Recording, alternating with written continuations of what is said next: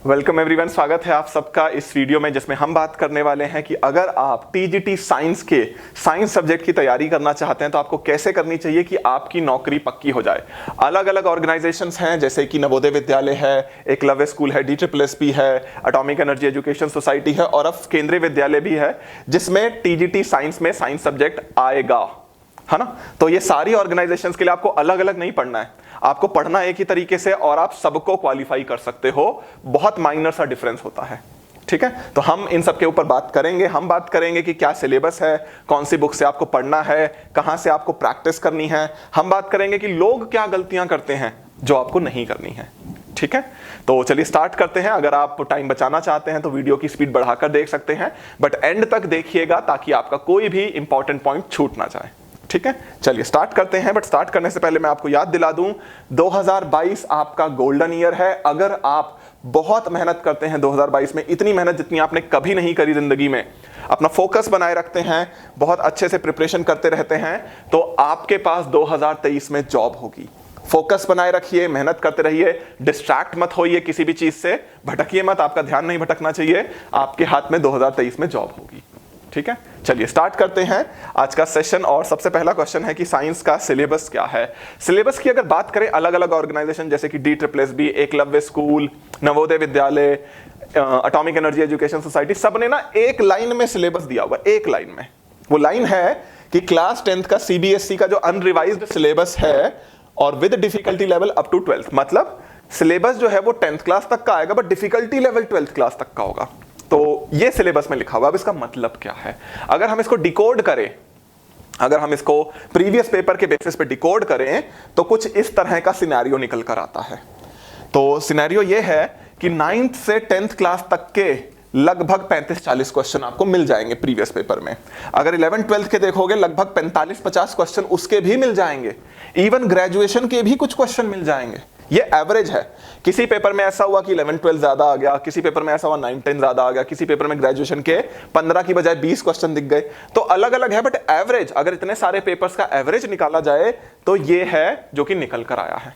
अब आप देख सकते हो पढ़ना आपको लगभग सब कुछ ही है। हम ये नहीं कह सकते कि आप सिर्फ ग्रेजुएशन पढ़ लो या आप सिर्फ 11-12 पढ़ लो या आप सिर्फ 9-10 पढ़ लो। उससे हमेशा ज्यादा ही पढ़ना चाहिए। सिर्फ 9-10 पढ़ के बाद शायद ना बने, 9-10 से थोड़ा ज्यादा पढ़ने का ही आपको फायदा रहेगा। अब बात करते हैं, ये हमने डिकोड तो कर लिया, अब बात करते हैं कि क्या हमेशा पेपर ऐसा ही रहता है।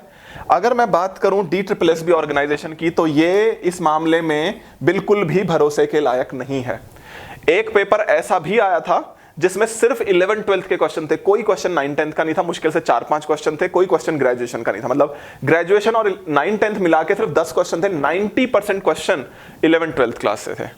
कभी ऐसा भी हुआ है कि 90% क्वेश्चन सिर्फ 9-10 से थे। तो DSSP पर भरोसा नहीं किया जा सकता। बट नवोदय विद्यालय, केंद्रीय विद्यालय, Eklavya school, atomic energy education society, इनका जो पेपर है उस पर भरोसा किया जा सकता है। ये ऑलमोस्ट इस पैटर्न को फॉलो करते हैं कि लगभग 40 क्वेश्चन ये लोग 9-10 से दे देते हैं, लगभग 50 क्वेश्चन ये लोग 11-12 से दे देते हैं और लगभग 10 क्वेश्चन होते हैं जो कि आप ग्रेजुएशन के कह सकते हो। तो इन पर आप भरोसा कर सकते हो, DSSP पर आप भरोसा नहीं कर सकते। बट जब भरोसा नहीं कर सकते तो उसको साइड रखते हैं। पढ़ना तो सबके लिए सेम ही है ना। हम सिर्फ उसको देख के थोड़ी पढ़ेंगे जिस पे भरोसा नहीं किया जा सकता, हम तो ओवरऑल पढ़ाई करेंगे, ठीक है। अब प्रीवियस पेपर आपको कहां से मिल सकते हैं, जिन प्रीवियस पेपर के बेसिस पे मैं ये कह रहा हूं, नीचे डिस्क्रिप्शन में टेलीग्राम चैनल का लिंक है। टेलीग्राम चैनल पे इस वीडियो के ठीक नीचे, इस वीडियो के साथ आपको प्रीवियस पेपर का लिंक भी दिख जाएगा। वहां पे जाके आप जितने प्रीवियस पेपर मेरे पास अवेलेबल थे, जो मुझे स्टूडेंट ने अवेलेबल कराए, वो मैंने डाल दिए हैं, आप वहां से देख सकते हैं, ठीक है। तो प्रीवियस पेपर से आप भी खुद ये कंक्लूजन निकाल सकते हो कि DSSP पे भरोसा नहीं किया जा सकता, बाकी ऑर्गेनाइजेशन पे किया जा सकता है और जनरल पैटर्न जो है वो इस तरह का कुछ है, ठीक है। अब बात करते हैं दूसरी, कौन सी बुक से पढ़ें और कौन सी टेस्ट सीरीज से, या हम कह सकते हैं कौन सी जगह से, कौन से सोर्स से क्वेश्चंस की प्रैक्टिस करें। बुक तो हम सबको पता ही है, स्टैंडर्ड बुक जो है वो NCERT है। तो NCERT अगर आप बहुत अच्छे से पढ़ रहे हो, स्पेशली 9-10 की, तो अगर आप 9th और 10th क्लास की NCERT भी बहुत अच्छे से पढ़ लो तो भी आपका मैक्सिमम सिलेबस कवर हो जाता है। थोड़ा सा और आप ये कह सकते हो 11-12 का पढ़ सकते हो। अब देखो क्या होता है, साइंस में एक चीज जो आपको पता होनी चाहिए वो ये है कि हर कोई फिजिक्स, केमिस्ट्री, बायो तीनों में अच्छा नहीं होता, ठीक है, जैसे मैं जो हूं, मैं फिजिक्स और मैथ्स बैकग्राउंड का हूं, तो मेरी बायोलॉजी बहुत अच्छी नहीं है। कोई बायोलॉजी बैकग्राउंड का होता है तो उसका फिजिक्स बहुत अच्छा नहीं होता। केमिस्ट्री वालों जो लोग होते हैं उनका या तो फिजिक्स अच्छा होता है साथ में, या बायोलॉजी अच्छी होती है, दोनों अच्छे नहीं होते। तो बहुत रेयरली ऐसा कोई है जिसके तीनों अच्छे हैं, अदरवाइज मैक्सिमम लोगों का या तो एक ही सब्जेक्ट अच्छा है या 2 सब्जेक्ट अच्छे हैं। तो 9, 10 तो सबको पूरी पढ़ ही लेनी चाहिए, बट 11th और 12th क्लास का आप क्या करो, आप ऑब्वियसली सारे सब्जेक्ट में तो अच्छे हो नहीं, आप जिसमें अच्छे हो उस एक सब्जेक्ट को तो पूरा कर लो। फॉर एग्जाम्पल, आप अगर केमिस्ट्री में अच्छे हो, आप केमिस्ट्री पूरी कर लो 11th 12th की। साथ साथ आपका जो दूसरा सब्जेक्ट है उसको जितना आप कर पाओ वो कर लो। जैसे दूसरा सब्जेक्ट मान लेते हैं आपका बायोलॉजी अच्छी है, जितनी कर पाओ कर लो, या आपका फिजिक्स अच्छा है, जितनी कर पाओ कर लो, बट आप 100% तो नहीं कर सकते, है ना। अभी हम मिस्टेक्स की भी बात करेंगे जो लोग करते हैं, उसमें भी मैं इसको अच्छे से एक्सप्लेन करूंगा। अब बात करते हैं, अगर आपको थ्योरी और ज्यादा पढ़नी है तो कहां से पढ़ सकते हो। रेफरेंस बुक्स बहुत सारी हैं मार्केट में। बचपन में जब आप 11th 12th में स्कूल में थे तब भी आप रेफरेंस बुक यूज करते हैं ना, प्रदीप, ABC और ये ब्ला ब्ला ब्ला, आप वहां से पढ़ सकते हो। बट मैं सजेस्ट करूंगा मत पढ़ो, उनमें बहुत ज्यादा कंटेंट है और उतना कोई फायदे का नहीं है। हाँ, आप मल्टीपल चॉइस क्वेश्चन की प्रैक्टिस करने के लिए उन रेफरेंस बुक्स को यूज कर सकते हो। साइंस के लिए कोई शॉर्टेज नहीं है मल्टीपल चॉइस क्वेश्चन की, क्योंकि साइंस टैलेंट एग्जाम होते हैं, साइंस ओलंपियाड एग्जाम होता है, 11th 12th में तो वो IIT JEE नीट मेडिकल इतने एग्जाम होते हैं, तो कोई शॉर्टेज नहीं है क्वेश्चन की। आप रेफरेंस बुक को यूज कर सकते हो क्वेश्चंस की प्रैक्टिस के लिए, बट थ्योरी मत पढ़ना उनसे, थ्योरी पढ़ने का फायदा नहीं होगा। ठीक है, अब ये आपको बता दिया कि कहां से पढ़ना है। आप प्रैक्टिस और भी कहां से कर सकते हो जहां पे आपको और थोड़ा बेनिफिट हो, उसकी भी बात करते हैं। ऑनलाइन अगर प्रैक्टिस का कोई सबसे अच्छा और सबसे सस्ता सोर्स है तो वो है टेक्स्ट बुक। और आई बिलीव आप में से मैक्सिमम लोगों ने टेक्स्ट बुक का नाम सुना होगा, और आप में से बहुत सारे लोगों के पास टेक्स्ट बुक का पास भी होगा। टेक्स्ट बुक ऑनलाइन में सबसे अच्छा सोर्स है क्वेश्चंस की प्रैक्टिस का। टेक्स्ट बुक का अगर आपके पास ईयरली पास है, जो कि ज्यादा महंगा नहीं होता, सिर्फ 400 रुपए का होता है, अगर आपके पास इनका ईयरली पास है, इनकी ऐप पे जितने टेस्ट हैं आप सबसे प्रैक्टिस कर सकते हो। इनकी ऐप पे DSSB नेचुरल साइंस की टेस्ट सीरीज अवेलेबल है, एकलव्य स्कूल की टेस्ट सीरीज अवेलेबल है, हरियाणा टेट की TGT साइंस की टेस्ट सीरीज अवेलेबल है, यूपी टेट की यूपी TGT एग्जाम की टेस्ट सीरीज अवेलेबल है। तो साइंस की ही मल्टीपल टेस्ट सीरीज अवेलेबल है। और आपको पता है साइंस है यार, सिलेबस थोड़ी चेंज हो जाएगा, क्वेश्चन थोड़ी चेंज हो जाएंगे। आप मान लो तैयारी कर रहे हो नवोदय विद्यालय की, तो अगर आप एकलव्य वाले की, हरियाणा टेट वाले की, या फिर DSSB के साइंस के क्वेश्चन की प्रैक्टिस करोगे तो आपको फायदा ही होगा, आपको नुकसान नहीं होगा। तो आप इनका ईयरली टेस्ट पास ले लीजिए अगर आप चाहते हैं ऑनलाइन प्रैक्टिस करना, और आपको 400 रुपए भी पे नहीं करने पड़ेंगे। अगर आप परचेस कर रहे हो, मेरा कूपन कोड लगा देना प्रतीक 10, आपको 10% का उस पर भी डिस्काउंट मिल जाएगा। आपको 360 रुपए के लिए, 360 रुपए में 1 साल के लिए इनका ईयरली टेस्ट पास मिल जाएगा, और आप उसके बाद जितने टेस्ट इनकी ऐप में है सबकी प्रैक्टिस कर सकते हैं। फायदा क्या होता है ऑनलाइन प्रैक्टिस का फिजिकल प्रैक्टिस के कंपैरिजन में? एक ही फायदा है, वो है रैंक। इनकी टेस्ट सीरीज, इनका टेक्स्ट बुक का पास इतना फेमस है, ऑलमोस्ट हर स्टूडेंट के पास होता है। ये तो सच्चाई है, देखो हर किसी के पास है, हर कोई इससे प्रैक्टिस कर रहा है। तो अगर 1000 स्टूडेंट ने मान लो टेस्ट पास ले रखा है इनका, और आपने भी ले लिया, तो आप जब टेस्ट अटेम्प्ट करोगे, बाकी 1000 स्टूडेंट ने अगर टेस्ट अटेम्प्ट किया है, तो आप अपना रैंक देख पाओगे, आपको पता चलेगा आप कहां स्टैंड करते हो। आपको कॉन्फिडेंस आएगा कि हाँ यार, बाकी 1000 स्टूडेंट ने पेपर दिया है और मेरा रैंक टॉप 10 में है, मतलब मेरी तैयारी अच्छी चल रही है ना। तो कॉन्फिडेंस आएगा इनकी टेस्ट सीरीज से। और अगर आपका स्कोर कम है तो आपको पढ़ने के लिए मोटिवेशन आएगा, अरे यार मेरा तो टॉप 20 में भी रैंक नहीं है, मेरा रैंक तो 27 है, मतलब मेरे से आगे इतने सारे लोग हैं, मतलब मेरे को और अच्छे से पढ़ना चाहिए।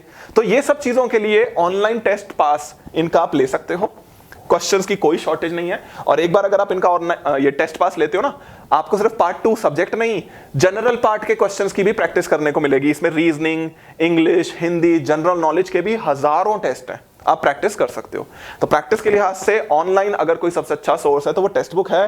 360 रुपए में, मेरा कूपन लगाने के बाद 360 रुपए में आपको 1 साल के लिए, 14 महीना के लिए इनका पास मिल जाएगा, और प्रैक्टिस करते रहो। आपका मन हो आप 3 साल वाला पास भी ले सकते हो, वो शायद 500 550 के आसपास मिल जाएगा कूपन लगाने के बाद। ठीक है, तो आप देख सकते हैं 1 साल का लेना है, 3 साल का लेना, आपकी मर्जी है। बट प्रैक्टिस के लिए ऑनलाइन इससे अच्छा और कोई सोर्स नहीं है। ऐप बेस्ड है, मोबाइल में आप इनकी ऐप अगर रखते हो और आप प्रैक्टिस कर सकते हो, मेट्रो में बैठे हुए, बस में बैठे हुए, क्लास में, स्टाफ रूम में बैठे हुए, है ना। अगर आप जॉब करते हो तो फ्री टाइम में कभी भी कर सकते हो, तो प्रैक्टिस के लिए ले सकते हैं।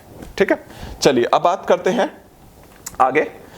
एक सजेशन जो मैं सब लोगों को देना चाहूंगा जो कि TGT साइंस बनना चाहते हैं, अगर आप साइंस के टीचर बनना चाहते हो तो आप सारे पहले तो ट्यूशन पढ़ाओ। क्यों ट्यूशन पढ़ाओ? क्योंकि जब हम किसी को सिखाते हैं तो हम ज्यादा अच्छे से सीखते हैं।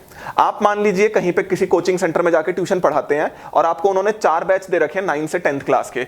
चारों बैचों में आप सेम चीज पढ़ा रहे हो। मान लो आप कोई टॉपिक पढ़ा रहे हो, टॉपिक ले लेते हैं फिजिक्स का, ले लेते हैं मान ले मोशन, ठीक है। तो आप फिजिक्स का वो टॉपिक जब 4 बैच में पढ़ाओगे उन स्टूडेंट से ज्यादा तो आपको सीखने को मिलेगा, ठीक है। आपको बिल्कुल टिप्स पे चीजें याद हो जाएंगी, टिप्स पे फॉर्मूले याद हो जाएंगे, इवन आपको न्यूमेरिकल्स तक याद हो जाएंगे कि इसका आंसर ये आता था, और पेपर में आपको रिपीट क्वेश्चन देखने को मिल सकते हैं, ठीक है। तो ट्यूशन पढ़ाने से सभी उन लोगों को फायदा होगा जो कि टीजीटी साइंस बनना चाहते हैं। तो मैं सबको सजेशन दूंगा ट्यूशन पढ़ाइए, ठीक है। और अभी तो इलीगल भी नहीं है, अभी तो आपकी जॉब नहीं लगी ना, तो अभी तो इलीगल भी नहीं है, पढ़ाइए, क्या दिक्कत है, ठीक है। तो आप सभी पढ़ाइए, आपको बेनिफिट ही होगा। अब बात करते हैं तीसरे क्वेश्चन की कि क्या गलतियां नहीं करनी। एक्चुअली लोग कुछ गलतियां करते हैं, या तो वो गलतियां इसलिए करते हैं कि उनके पास एक्सपीरियंस नहीं है, या वो गलतियां इसलिए करते हैं क्योंकि वो ओवर कॉन्फिडेंस में है। तो दोनों ही सिचुएशन खराब हैं, इसलिए ये वीडियो बनाई जा रही है ताकि आपको एक्सपीरियंस तो मिल जाए और लोगों की गलतियों से आप सीख लें।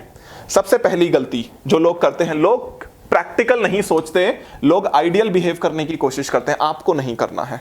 मैंने आपको बताया कि 9th 10th तो सब लोग कर ही लेंगे, है ना, बट 11th 12th 100% तीनों सब्जेक्ट फिजिक्स केमिस्ट्री बायोलॉजी कोई नहीं कर सकता। कोई एक कैंडिडेट भी शायद ऐसा ना हो जो फिजिक्स केमिस्ट्री बायोलॉजी तीनों सब्जेक्ट पूरे कर पाए।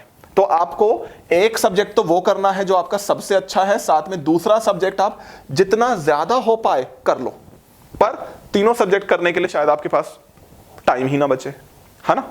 तो ये समझिए। दूसरी चीज, जब आप पेपर में बैठे होंगे ना, आप पूरा पेपर भी अटेम्प्ट नहीं कर पाएंगे।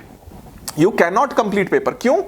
क्योंकि टाइम की शॉर्टेज हर कॉम्पिटिटिव एग्जाम में होती है। तो आपको हो सकता है आते हुए भी क्वेश्चन छोड़ने पड़ जाएं क्योंकि टाइम ओवर हो गया। ये भी समझिए। आपको इसलिए पेपर में एग्जाम में जाने से पहले स्ट्रेटजी बनानी होती है कि हम एक क्वेश्चन पे ऑन एवरेज कितना टाइम स्पेंड करेंगे। तो साइंस की बात हो रही है तो मैं आपको कहूंगा 45 सेकंड्स ऑन एवरेज एक क्वेश्चन पे आप स्पेंड कीजिए। 45 सेकंड्स का मतलब क्या है कि हर 2 मिनट में आपके 3 क्वेश्चन हो जाने चाहिए लगभग, है ना, जो कि ठीक है, जो कि मैं ये नहीं कहूंगा बहुत ज्यादा स्पीड है और मैं ये भी नहीं कहूंगा कि स्लो है। एक और चीज जो आपको सीखनी होगी, जो कि एक रूल की तरह आपको सीखनी होगी, ये कि क्वेश्चन को देखते ही पहचानो कि ये मुझे आता है, मेरे से होगा, और अगर नहीं होगा तो फटाफट से आगे बढ़ जाओ, उस क्वेश्चन को ट्राई नहीं करना है, ठीक है। आपको ये रूल बनाना होगा, अटेम्प्ट लीव अटेम्प्ट, मतलब क्वेश्चन देखा, देखते ही पता चल गया हाँ ये तो मेरे को आता है, फटाफट से अटेम्प्ट करो, जितनी जल्दी हो सके अगले क्वेश्चन पे पहुंचो। अगला क्वेश्चन आपने देखा, आपको देख के लगा अरे यार ये आता तो है बट ये तो बड़ा लेंथी क्वेश्चन है, इसको करूंगा मेरे तो 2-3 मिनट खराब हो जाएंगे, उसको छोड़ो, आगे बढ़ो। तो अटेम्प्ट करो, जो छोटा है क्वेश्चन देख के ही आपको पता चल जाना चाहिए कि देखते ही पहचान जाओ हाँ ये वो क्वेश्चन है जो 1 मिनट से कम टाइम में हो जाएगा। अगले क्वेश्चन पे देखा तो यार ये तो ज्यादा टाइम ले रहा है, छोड़ दो, अगला 1 मिनट से कम टाइम में हो रहा है, करो। इस तरह से आपको पूरे क्वेश्चन को गो थ्रू करना है और एंड में अगर आपके पास टाइम बच जाए तो पीछे आके फिर कुछ क्वेश्चन अटेम्प्ट कर लो, ठीक है। तो आपको ये समझना है, आपको किसी भी एक क्वेश्चन पे बहुत ज्यादा टाइम स्पेंड नहीं करना है, देखते ही पहचान लेना है कौन सा क्वेश्चन आप नहीं कर सकते, ठीक है। तो ये तो रूल की तरह आपको बिल्कुल समझ लेना है। एक और चीज जो आपको करनी है, आपको पूरी कोशिश करनी है कि जनरल पार्ट में आप मैक्सिमम स्कोर करने की कोशिश करेंगे। देखो सब्जेक्ट में कोई 100% स्कोर नहीं कर सकता। पार्ट जनरल जो है उसमें रीजनिंग आसान होती है, हिंदी आसान होती है ना, जीके भी कुछ लोग अच्छा कर लेते हैं, तो उसमें ज्यादा से ज्यादा स्कोर करने की कोशिश करो और सेकंड पार्ट में भी अपनी तरफ से मैक्सिमम करने की कोशिश करो। बट जो स्कोरिंग पार्ट है वो जनरल पार्ट है, जो आपका स्कोर इंप्रूव करेगा वो जनरल पार्ट है, ठीक है।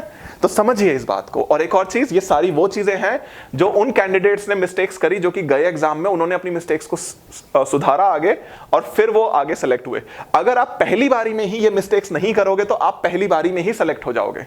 कभी कभी जिंदगी दूसरे मौके नहीं देती, है ना, और हमेशा दूसरों की गलतियों से सीखो, क्योंकि खुद गलतियां करके सीखने के लिए आपकी उम्र छोटी पड़ जाएगी। तो गलतियां मत कीजिए, दूसरों ने जो गलतियां करी हैं उनसे सीखिए, ठीक है। और अगर आप नहीं सीखेंगे तो फिर एग्जाम वाले दिन सीखेंगे, या तो पहले सीख लीजिए या फिर एग्जाम वाले दिन ये सीख मिल जाएगी। तो आप डिसाइड कर लीजिए आपको कब सीखना है, ठीक है।